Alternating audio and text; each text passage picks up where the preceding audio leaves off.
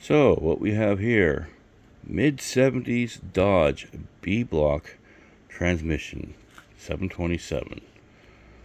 What makes it a B or RB block, not the wire of course, is it has a separate bell housing bolt up from the A blocks and the slant 6. Let's back up a second. Dodge in the 70s had three primary engine blocks. The slant 6, 225 mainly, the A block, which was your 273, 318, 340, 360, maybe a couple oddballs in there, and then the B block, which is the 383, and RB block, which is the 400 and 440. In this case, 400, 383, 400, 440, they're considered the same block as far as the transmission goes. And you have 2, 3, 4 small cover bolts that hold on an inspection plate. The A blocks have only 2 and they're tighter together.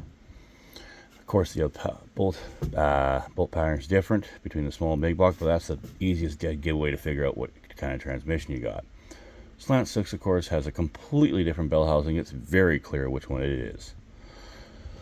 So I'm going to start a little series where I take this thing apart, because that's my handwriting, but I do not remember whether this transmission was good or not. And I need one for this. Yeah. We got a mess going on here, campers. So yeah.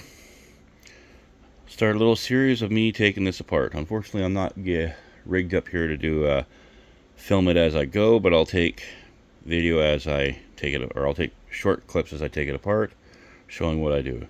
First thing I'm going to do is pop off the inspection plate, get a look inside, and from there I'll determine how deep I gotta go in this sweetheart. But I'm kind of thinking I might just go all the way through, just to be certain that this transmission is good. I don't want to have to pull it in and out twice.